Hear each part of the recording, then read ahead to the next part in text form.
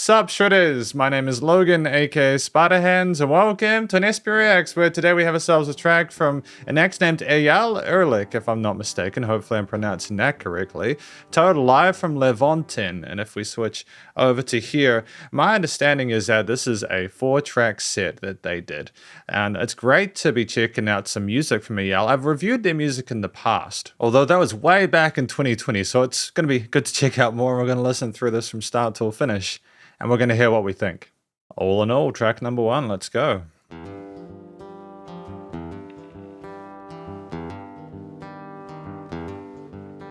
Nice tone from the DI'd guitar.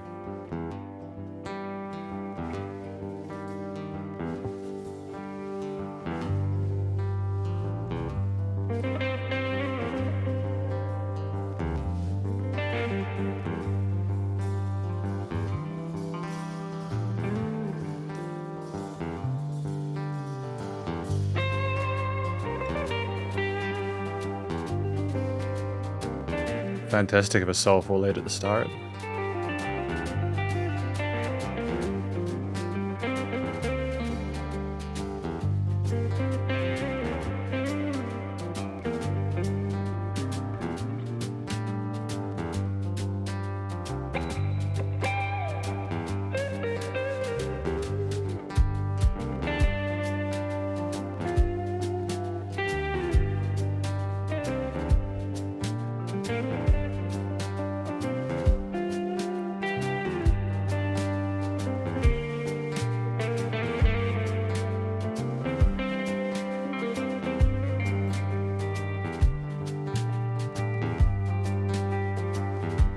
Nice balance with the bass as well. You know, nice resonance and line, but not sticking to the root notes exclusively.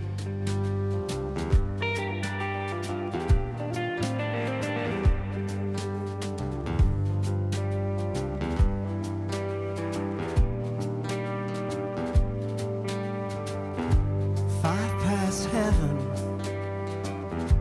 5 past hell, just 5 more and you can ring my bell. Got my symphony and I got rent. Got no sympathy in my life spent. All in all, to be with you. All in all, I'm dying to. Yeah, all in all, it's you.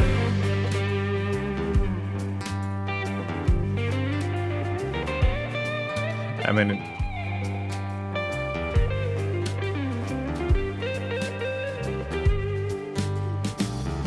Brass bell rang and so I woke. My 15 minutes gone up in smoke. The fame I bought with grief and love I rent. God is history and my life spent. All in all, to be with you. All in all, I'm dying to. Yeah, all in all, it's you. I feel like that I'm dying to it. It's got a double meaning to it.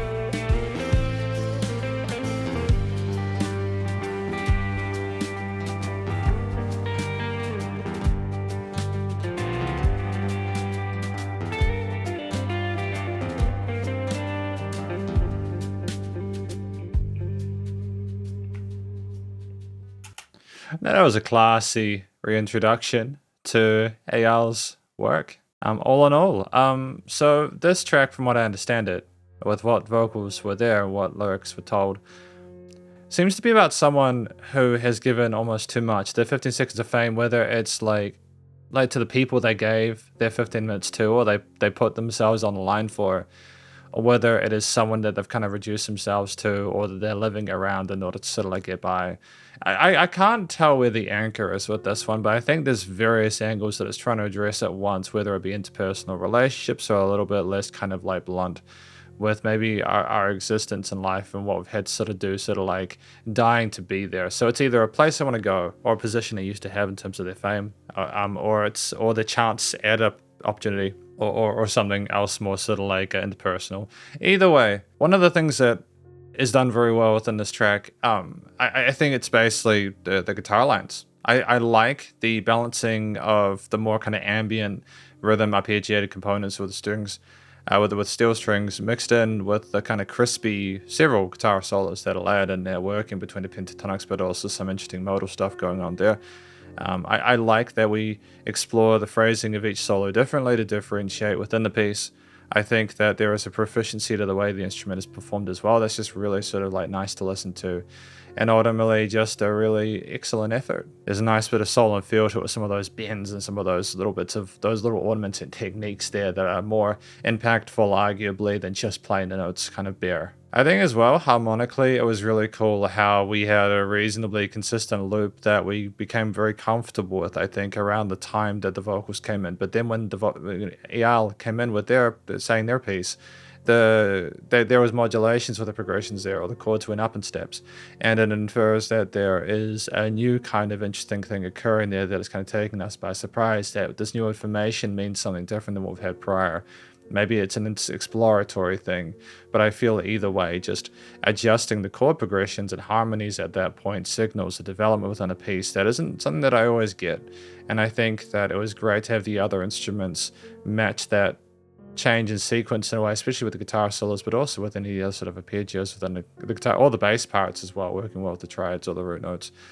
But doing some sort of like scale-oriented stuff as well. And the vocals meeting that, though Eyal was very comfortable within their range. I also just want to sort of like mention really quickly, I usually talk about like 3 things per song, as well as any constructive feedback. So while I'll note that the drumming, the percussion was phenomenal, I suppose we'll hear more of that in the next few tracks.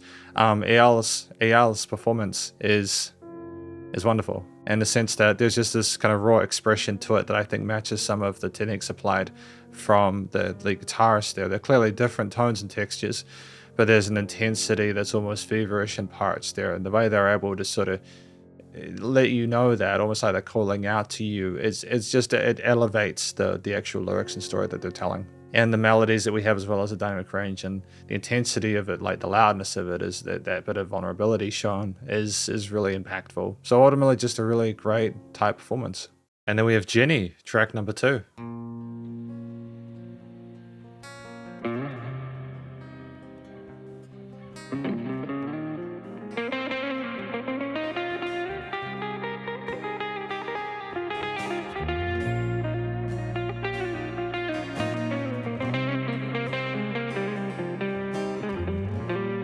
I kind of feel like the guitar playing is like maybe a bit too busy here. Like, I understand that it's to set a mood or an ambience, but I'm not really sure what story it's telling. Is it saying that Jenny is complicated? Jenny's gone tonight, she says. And when she's gone tonight, she's gone tomorrow. Jenny's gone tonight, she says. And what is gone is lost, she cannot borrow. Jenny's off tonight, she says. When she's off tonight, she's out to better. Jenny's off tonight, she says. Like a sunken ship, a sunken treasure.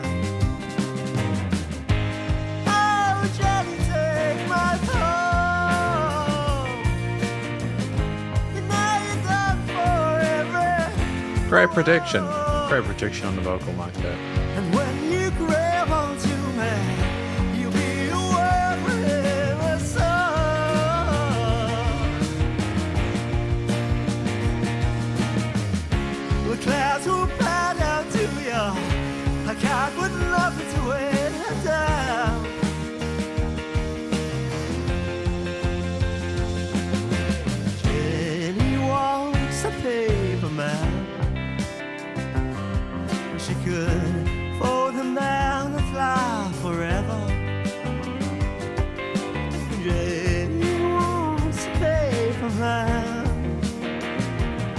would play with wood, but never pleasure. Oh, Jenny would cut you down. We used to have the best of fun. We used to play this whole world wrapped around in our disguise.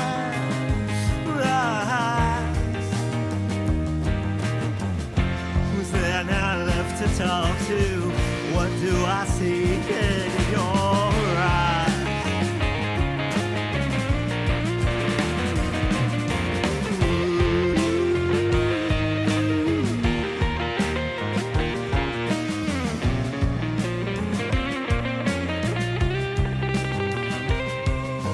Jenny's got a purple heart. She could take it in, but not with measure. Jenny's got a purple heart. But she has said goodbye, left her a letter.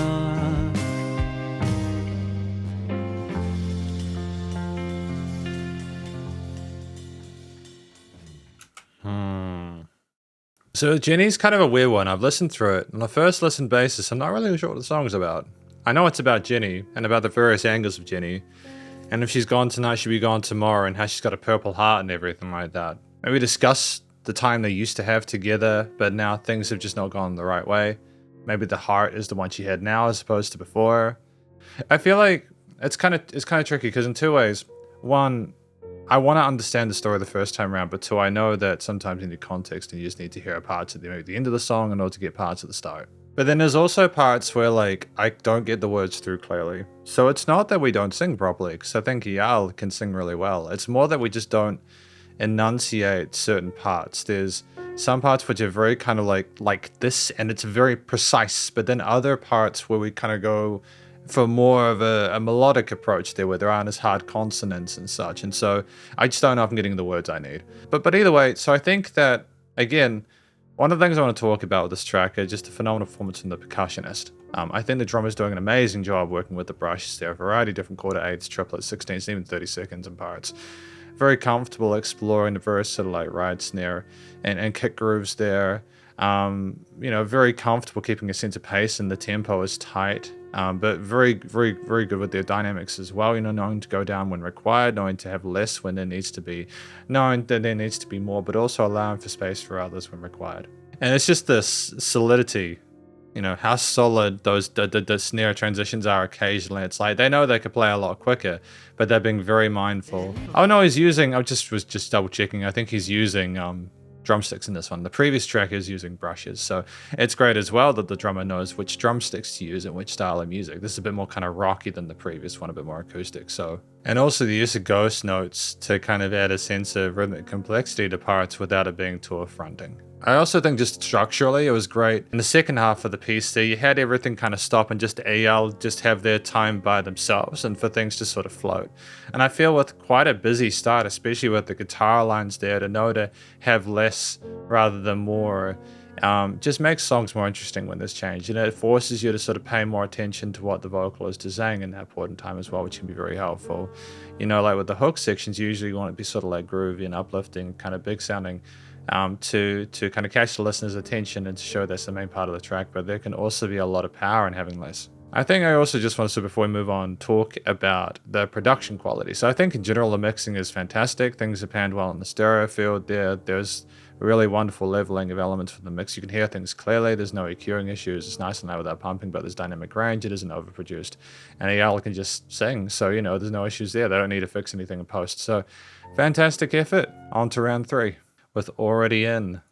Let's go.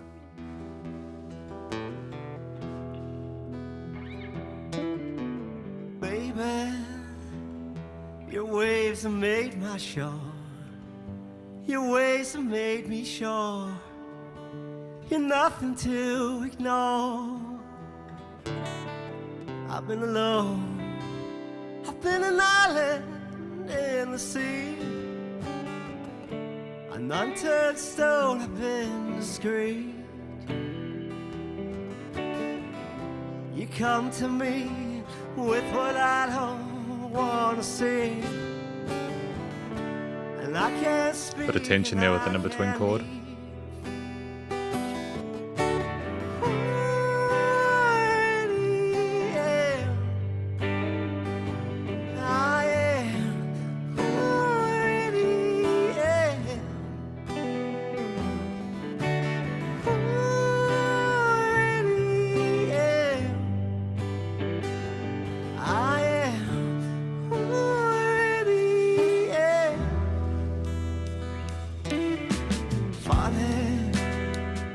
This what it takes me down.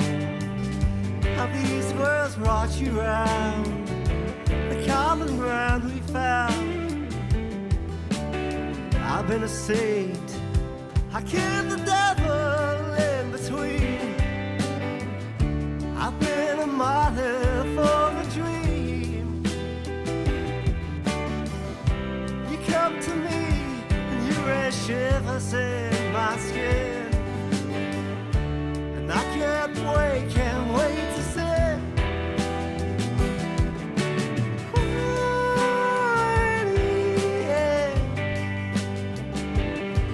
Great adjustment to 16th with the highs.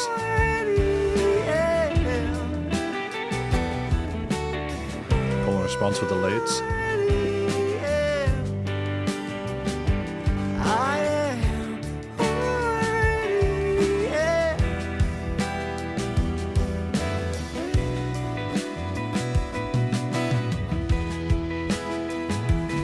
Parallels.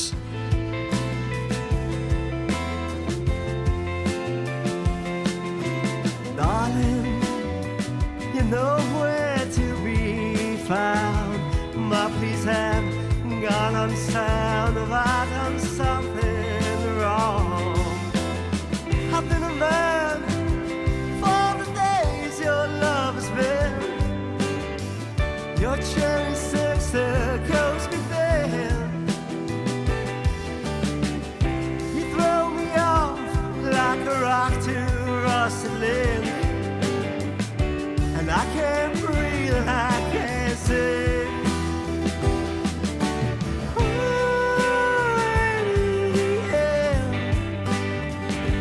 I am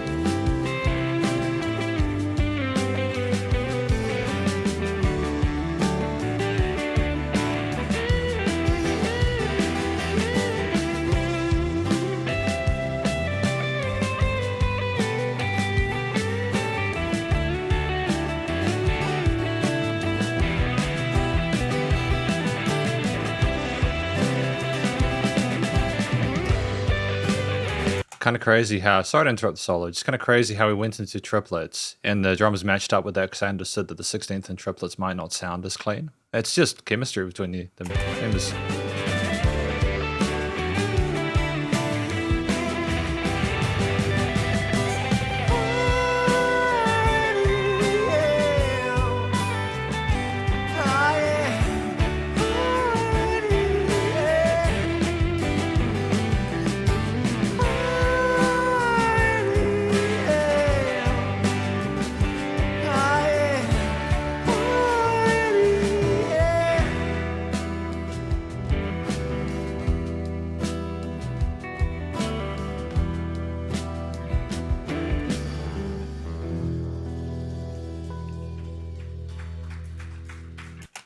So that was already in track number 3 for today. What do I think that was about? Already in seems to me like someone's that's already kind of committed to the situationship that they're in with someone else. They talk about being like a saint at some points and a devil in between, asking what more the person wants from them. So I'm wondering it's kind of looking at maybe their position in the life, their situation with another person, and just sort of going like, hey, this is me, this is who I am. What can we do to solve this? Because I'm already fully committed to this, are you? And almost kind of like how helpless they feel in that situation, depending on what the person says. Maybe codependency, I'm not sure. So in terms of things that were done quite well here, there was this really cool thing that around the 40-second mark, Eyal did with the this little transitional chord there going between. I think he understood there was kind of a cool movement there chromatically. And I agree. I think that there are just little things just to adjust the tails, certain elements or movements between that can just spice up a piece and make it more interesting. I mean, there was a lot of stuff that was interesting within this if we look at the communication or the composition and the solo performances. Like the lead solos were fantastic. I really liked the scale choices there and the movements up and down the neck with the slides and hammer-ons and pulley-off bits going on. And it was extended but led into the chorus kind of like as an alternate lead, giving more context without words for that final message there. Maybe it was meant to represent the passion that Eyal had, because I'm trying to look at why the guitar is what it's doing in terms of what Eyal is trying to communicate. So I feel like it's trying to bridge the feel and aesthetic, the style of the song, a kind of folky, kind of acoustic rock element with their own sort of like style of doing lead as well, because they seem to really like they're playing their lead and they're kind of like finicky bits there. There are some interesting like bluesy elements there within it stylistically, which made sense given the subject matter. But it was also kind of cheery with the guitar chords there, so nice and bright with the harmonies there. And there was I suppose for a second part it was the harmonies themselves. Like we didn't just work like majors and minor triads. We had some interesting sort of like susses and extendeds as well, the sevenths there. And we knew how to get the voice to harmonize with those notes for max effect. We adjusted our rhythms to kind of allow notes to hang longer than others. And when there was a movement from like the 16th into triplets and the guitar lead, as I mentioned, the drummer kind of would match that. So there's some very subtle 8th and 16th note hi-hat changes for the drummer as well. Ultimately, just a really fascinating performance there from everyone involved. They know what they're doing. And I just think the performance is the final thing here. I feel like everyone in this track, as well as the other two, they are very competent musicians, technically. And that's not something you always get in live performances. It's kind of the meter of someone's ability is if they can get through a set without, making errors. But clearly, we have musicians who are very comfortable on stage, very comfortable with their instruments and know exactly how to get the sounds and tones they want and textures. And also how to sort of pay attention and be aware of each other whilst also sounding commercial grade. So ultimately, it's the actual composition, the actual instrument performances themselves, and the harmonies that really elevated this one. But we've got I Wish I Knew, track number 4.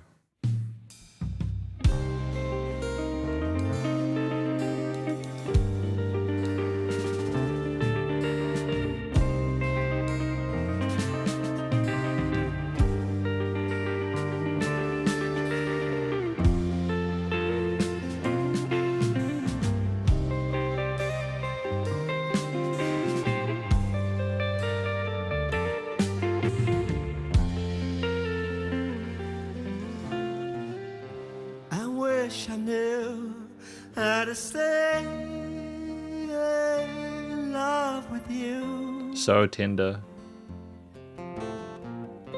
The turn of day leaves me dazed and put away. And in your eyes lies a mess. I feel you walk away. In your cries lies the beast.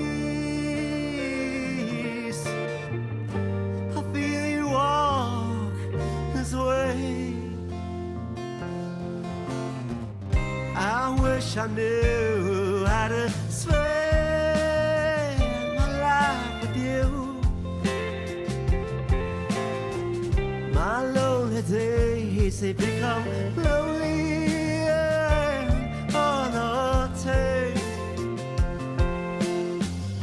The cold quiver of fear, the murder weapon is you. Your clenching teeth, they keep up me. You are the victim too. I knew how to go to the place that you go to.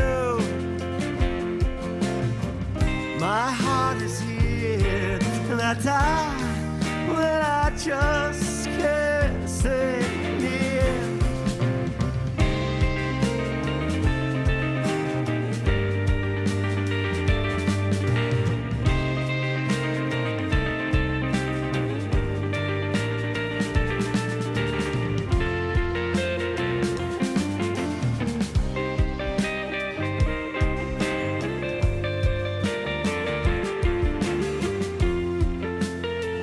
There's consistency stylistically between the tracks. It's easy to follow along with it or recognize.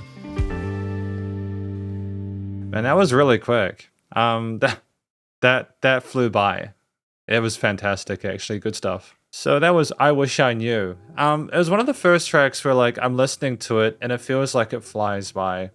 I think honestly it was because of the smoothness of the transitions, but we'll talk about what the track is about first.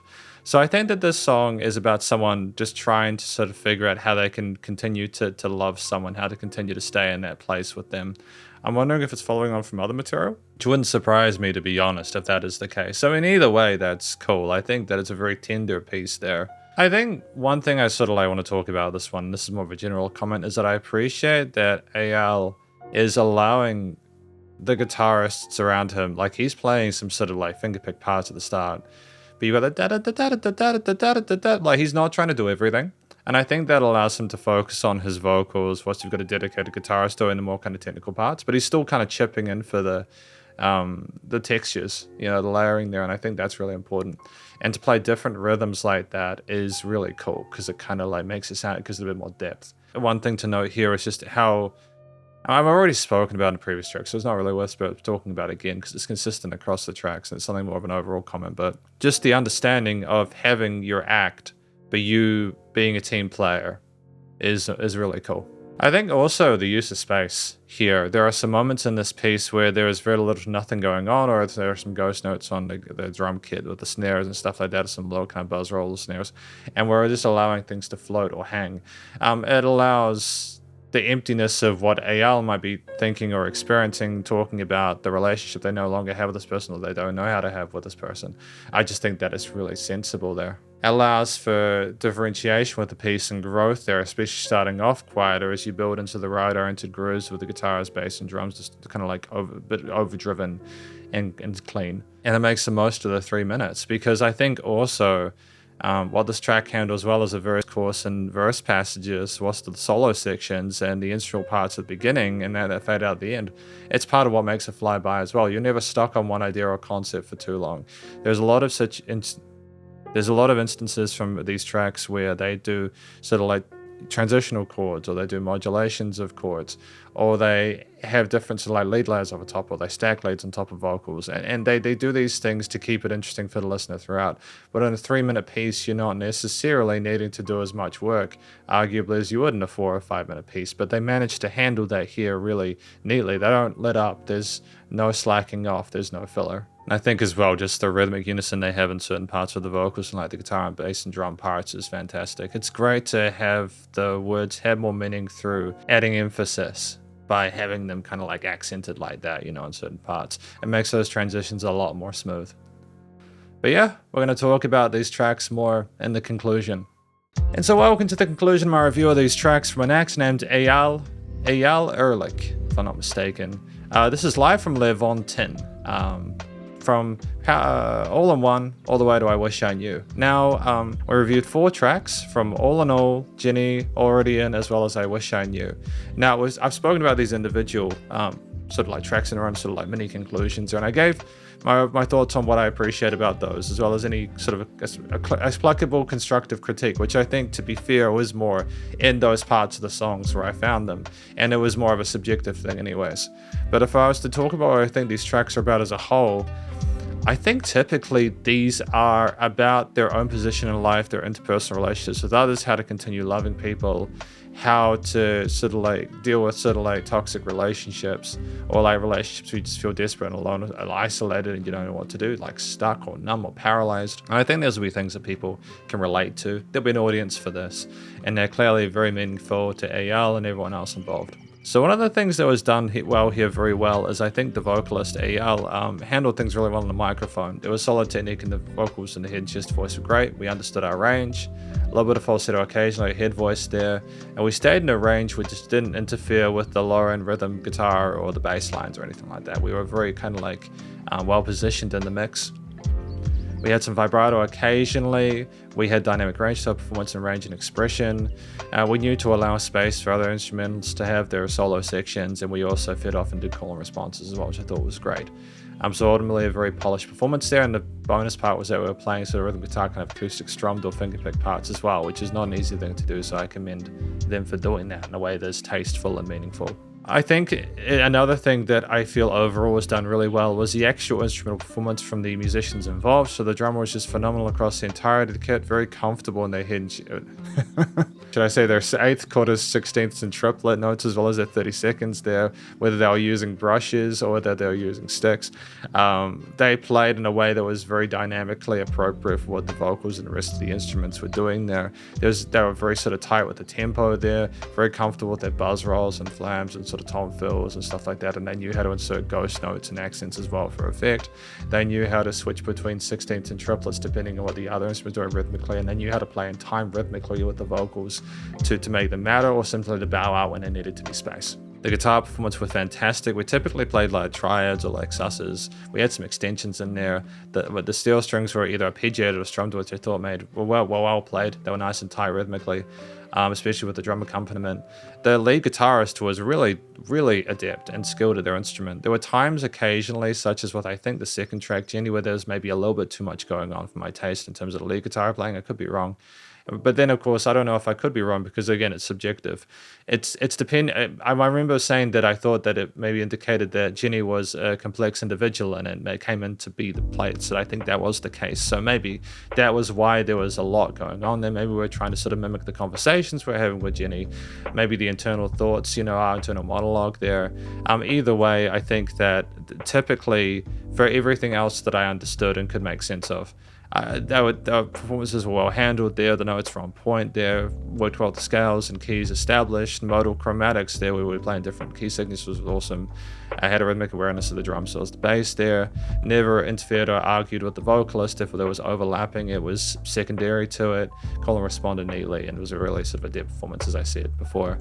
Bassline, bassists kind of pocketed a lot, I think. They were comfortable with their scales and octaves and triads and modal shape performances. They had some slides and little kind of fancy bits, as well as the lead guitarist who did bends and slides and hammer-ons, pull-offs and all sorts of fun ideas there.